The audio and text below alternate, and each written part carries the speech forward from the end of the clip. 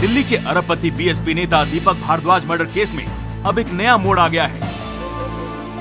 नई जानकारी के मुताबिक इस हत्याकांड के पीछे जमीन का विवाद सामने आ रहा है। पुलिस सूत्रों के मुताबिक आरोपियों ने पूछताछ में हत्या के लिए 2 करोड़ रुपए की फिरौती मिलने का दावा किया था और कहा था सुपारी देने वाला एक महंत था। अब महंत का नाम प्रतिमानंद के तौर पर सामने आया है, जो हरिद्वार के कनखल इलाके के एक आश्रम और वृंदावन के मशहूर मंदिर में रहता था। हत्या के पीछे 30 एकड़ जमीन का विवाद बताया जा रहा है, जो हरियाणा के बहादुरगढ़ और झज्जर में है। स्वामी प्रतिमानंद के बारे में ये भी पता चला है कि वो वृंदावन के बांके बिहारी मंदिर में भी काम कर चुका है। दिल्ली पुलिस की टीमें हरियाणा और पश्चिमी उत्तर प्रदेश के साथ ही उत्तराखंड के हरिद्वार में भी उसकी तलाश कर रही है। कथित शूटर पुरुषोत्तम और सुनील के साथ साथ कार ड्राइवर अमित और वारदात में इस्तेमाल स्कोडा कार के मालिक राकेश पुलिस की गिरफ्त में हैं, जबकि सुपारी दिलवाने वाले प्रतिमानंद नाम के शख्स और हथियार मुहैया करवाने वाले राजू नाम के शख्स को पुलिस ढूंढ रही है। पुरुषोत्तम, सुनील और अमित को मंगलवार को पटियाला हाउस कोर्ट ने 10 दिनों की रिमांड पर पुलिस को सौंप दिया है, जबकि कार मालिक राकेश को सोमवार को ही 10 दिनों के लिए पुलिस रिमांड में भेज दिया गया था। अपनी तफ्तीश में पुलिस इन आरोपियों को मथुरा, हरिद्वार और झज्जर भी लेकर जा सकती है।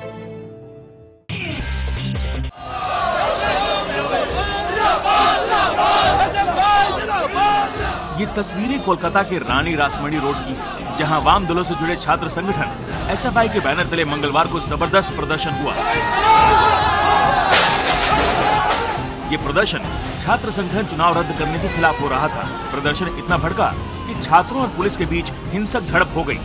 पुलिस का कहना है कि प्रदर्शनकारी जब हिंसा पर उतारू हो गए तो उसे भी बल प्रयोग करना पड़ा। इसी दौरान एसएफआई के छात्र नेता सुदीप्तो दत्ता गंभीर रूप से घायल हो गए, जिनकी बाद में अस्पताल में मौत हो गई।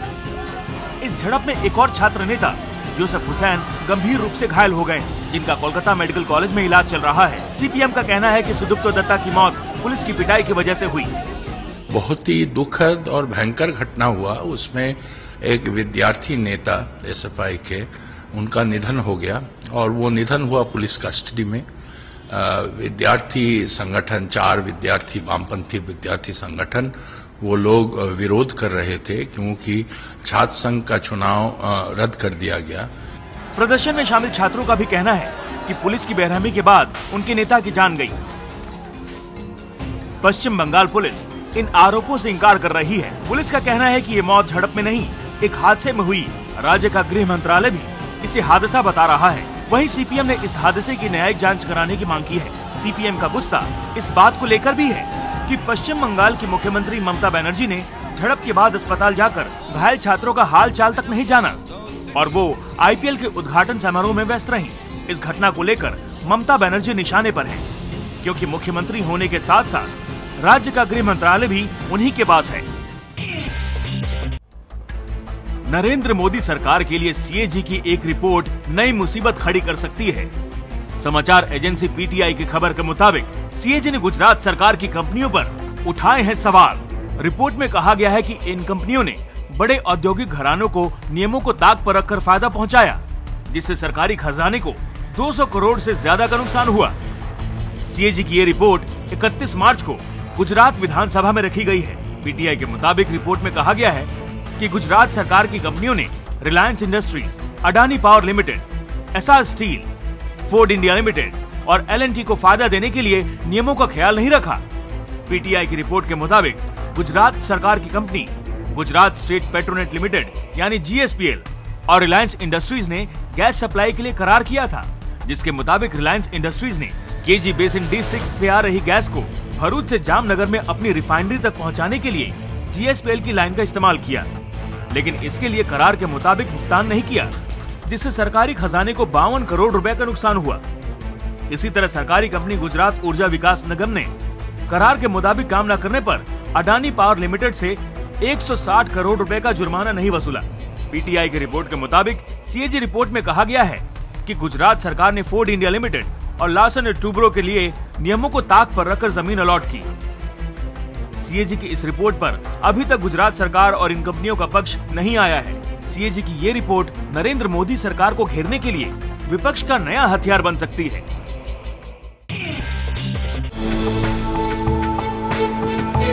गुजरात में लोकायुक्त की नियुक्ति का बिल पास होने के बाद कांग्रेस महासचिव दिग्विजय सिंह ने फिर साधा है विरोधियों पर निशाना। लोकायुक्त की नियुक्ति में राज्यपाल को किनारे किए जाने पर दिग्विजय सिंह ने नरेंद्र मोदी से लेकर अन्ना हजारे और किरण बेदी पर हमला बोला। दिग्विजय सिंह ने पूछा है कि अब अन्ना हजारे और किरण बेदी क्यों चुप हैं? And it is unfortunate that the great promoters of Lokpal bill, Mr. Anna Hazare, Arvind Kejriwal, Kiran Bedi, didn't utter a word against Mr. Narendra Modi. Gujarat का लोकायुक्त बिल पास होने के बाद इस पर अभी तक अन्ना हजारे और किरण बेदी की प्रतिक्रिया नहीं आई। इसी वजह से दिग्विजय को इन पर हमला बोलने का मौका मिल गया। दिग्विजय सिंह पहले भी आरोप लगाते रहे हैं कि अन्ना हजारे और किरण बेदी बीजेपी की विचारधारा के हिसाब से काम कर रहे हैं। कांग्रेस के वॉकआउट के बीच कल गुजरात विधानसभा से लोकायुक्त बिल पास हुआ है। अब गुजरात में लोकायुक्त की नियुक्ति में राज्यपाल की कोई भूमिका नहीं रह जाएगी। गुजरात विधानसभा में मोदी सरकार ने कांग्रेस के विरोध की परवाह किए बगैर लोकायुक्त बिल को पास करा दिया। अब गुजरात में लोकायुक्त की नियुक्ति एक कमेटी करेगी और मुख्यमंत्री इस कमेटी के प्रमुख होंगे। मुख्यमंत्री के अलावा विपक्ष के नेता या विपक्ष के नेता के चुने विधायक इसके सदस्य होंगे। इन दोनों के अलावा विधानसभा अध्यक्ष, हाईकोर्ट के एक जज और विजिलेंस कमिश्नर इस कमेटी के सदस्य होंगे। नए प्रावधान के मुताबिक लोकायुक्त की उम्र 72 साल से ज्यादा नहीं हो सकती।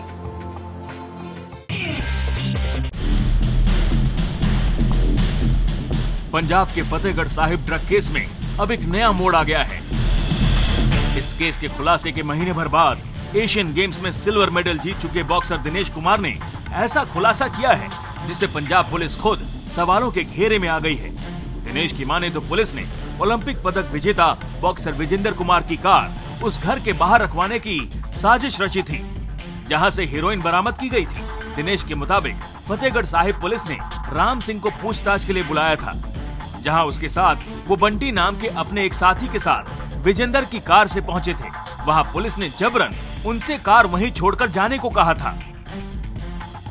मैं और राम सिंह विजेंद्र की गाड़ी लेके चले हैं और फिर वहाँ आगे हमें बंटी जो है हमारा एक साथी, उसको हमने पंजाबी यूनिवर्सिटी से लिया हमारे साथ और फिर हम फतेहगढ़ साहिब गए। तो सीआईए में जैसे ही हम गए तीनों, तो राम सिंह को अंदर रूम के अंदर बैठा लिया। वहाँ से हम चले तो गाड़ी के अंदर बैठते उन्होंने फिर 3-4 बंदे आए वहाँ पुलिस के और उन्होंने बोला कि गाड़ी हमें चाहिए। तो फिर मैं बोला बस सर हम तो गाड़ी नहीं दे सकते, गाड़ी तो विजेंद्र सिंह जी जो ओलंपियन है, मेडलिस्ट हैं, बॉक्सर, नहीं गाड़ी हमें चाहिए। तो उन्होंने हमसे गाड़ी की चाबी ले ली। फतेहगढ़ साहिब पुलिस ने जिस मकान से करोड़ों की हीरोइन बरामद की थी उसी के पास से विजेंद्र की पत्नी के नाम से रजिस्टर्ड कार भी मिली थी। इसी के बाद ड्रग्स केस में विजेंद्र का नाम सामने आया। पंजाब पुलिस का दावा है कि विजेंद्र सिंह ने 12 बार और उसके दोस्त राम सिंह ने 5 बार ड्रग्स ली। पुलिस का कहना है कि दोनों ने एनआरआई ड्रग तस्कर अनूप सिंह कहलों उर्फ रॉकी से अपने इस्तेमाल के लिए दिसंबर 2012 से फरवरी 2013 के बीच ड्रग्स खरीदी थी। पंजाब पुलिस के इन आरोपों के बाद खेल मंत्रालय ने नाडा यानी नेशनल एंटी डोपिंग एजेंसी से डोप टेस्ट कराने के लिए कहा था, लेकिन नाडा ने ये कहते हुए इनकार कर दिया कि नियमों में हेरोइन का टेस्ट करना शामिल नहीं है। यूपी की राजनीति में ठिकाना तलाश रही बीजेपी अब लोकसभा चुनाव को लेकर मंथन करने जा रही है।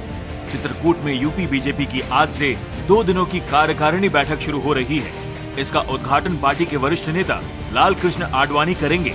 बैठक में बीजेपी के नेता लोकसभा चुनाव को लेकर रणनीति तैयार करेंगे। अभी यूपी में पार्टी के महज 10 सांसद हैं, जिसे पार्टी अगले लोकसभा चुनाव में बढ़ाने का इरादा रखती है। राजनाथ सिंह के राष्ट्रीय अध्यक्ष बनने के बाद पार्टी नेता जोश में हैं, लेकिन राजनाथ सिंह खुद इस बैठक में मौजूद नहीं रहेंगे। चंद दिनों पहले तक पार्टी के राष्ट्रीय उपाध्यक्ष रहे कलराज मिश्र टीम राजनाथ में जगह नहीं मिलने से नाराज चल रहे हैं, लिहाजा उन्होंने इस बैठक से दूर रहना ही मुनासिब समझा है। पीलीभीत से सांसद वरुण गांधी अब पार्टी के महासचिव तो बन गए हैं, लेकिन वो भी बैठक में मौजूद नहीं रहेंगे। हालांकि इन सब के बावजूद यूपी में बीजेपी एक बार फिर से हिंदुत्व के सहारे बेड़ा पार लगाने की उम्मीद कर रही है। क्या पूरे दौर से गुजर रही अर्थव्यवस्था को पटरी पर लाने के लिए नए उपाय सामने रखेंगे प्रधानमंत्री? क्या देश में तरक्की की रफ्तार बढ़ाने और महंगाई पर काबू पाने के बारे में कॉर्पोरेट दिग्गजों के सामने कोई नया प्लान रखेंगे प्रधानमंत्री मनमोहन सिंह? प्रधानमंत्री आज सीआईआई के उद्घाटन समारोह में बोलेंगे तो देश ऐसे कई सवालों का जवाब का इंतजार कर रहा होगा। खास बात यह है कि इस समारोह में गुरुवार को राहुल गांधी भी बोलेंगे। राहुल गांधी 45 मिनट तक कॉर्पोरेट दिग्गजों के सामने अर्थव्यवस्था पर अपनी राय सामने रखेंगे। यूपीए अध्यक्ष सोनिया गांधी तो सीआईआई के समारोह में पहले ही शिरकत कर चुकी हैं, लेकिन राहुल इसमें पहली बार शामिल हो रहे हैं। राहुल को सीआईआई के समारोह में बुलाए जाने पर कांग्रेस के नेता बेहद खुश हैं। सीआईआई के समारोह में कई उद्योग जगत की कई हस्तियां शामिल होंगी। प्रधानमंत्री अपने भाषण में खाद्य सुरक्षा और तरक्की की रफ्तार बढ़ाने की नई रूपरेखा पेश कर सकते हैं। पीएम का ये भाषण ऐसे वक्त में होना है जब उनको तीसरे टर्म के लिए भी कांग्रेस संगठन की तरफ से आगे किया जा रहा है। पिछले 9 साल से पार्टी अध्यक्ष के रूप में और प्रधानमंत्री के रूप में कांग्रेस अध्यक्ष श्रीमती सोनिया गांधी और प्रधानमंत्री डॉक्टर मनमोहन सिंह के जो संबंध रहे हैं, वैसा उदाहरण आमतौर से नहीं मिलता है। शायद भविष्य के लिए भी यही स्थिति आदर्श है। ईसाई धर्म के सिद्धांतों के मशहूर प्रचारक अमेरिकी नागरिक पीटर यंगरे भारत आए हुए हैं। पीटर नागपुर में आज एक बड़ा कार्यक्रम करने जा रहे हैं, जिसे मित्रता महोत्सव का नाम दिया गया है, पर विश्व हिंदू परिषद के साथ कई अन्य संगठनों ने इस पर ऐतराज जताया है। विश्व हिंदू परिषद और अधिवक्ता परिषद जैसे संगठनों को पीटर के कार्यक्रम से आपत्ति है। इनका आरोप है कि ऐसे कार्यक्रमों से ही धर्मांतरण की शुरुआत होती है। इसके अलावा पीटर टूरिस्ट वीजा पर भारत आए हैं, तो पीटर मिशनरी काम नहीं कर सकते हैं। अगर आपको धर्म प्रसार करना है तो वीजा के लिए आप अप्लाई कर सकते हैं, पर वो वीजा के लिए उन्होंने अप्लाई किया नहीं है, क्योंकि 1960 के बाद इंडियन गवर्नमेंट ऑफ इंडिया ने वैसा वीजा दिया नहीं है।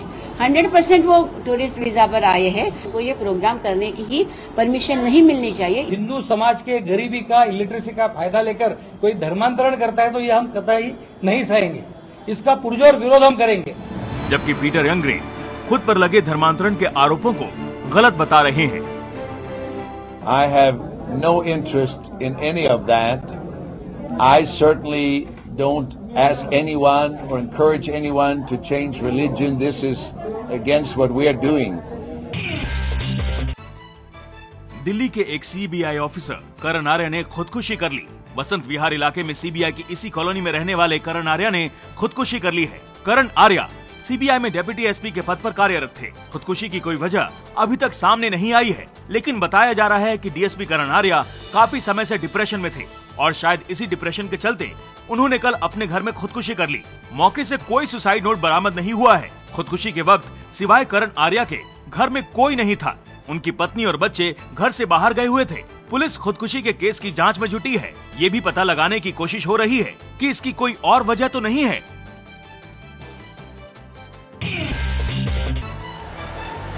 आग की ये भीषण तस्वीरें नोएडा के सेक्टर 58 की है, जहां एक लेदर कंपनी में आग लगने के बाद पूरे इलाके में हड़कंप मच गया। यूपी के नोएडा के सेक्टर 58 की इंडिका इंडस्ट्री नाम की इस कंपनी में सीट कवर बनाए जाते हैं। आग पर काबू पाने के लिए फायर ब्रिगेड की 20 गाड़ियों को घंटों मशक्कत करनी पड़ी। आग लगने के वक्त कंपनी में 50 कर्मचारी काम कर रहे थे, लेकिन गनीमत ये रही कि वक्त रहते सभी कर्मचारियों को बाहर निकाल लिया गया।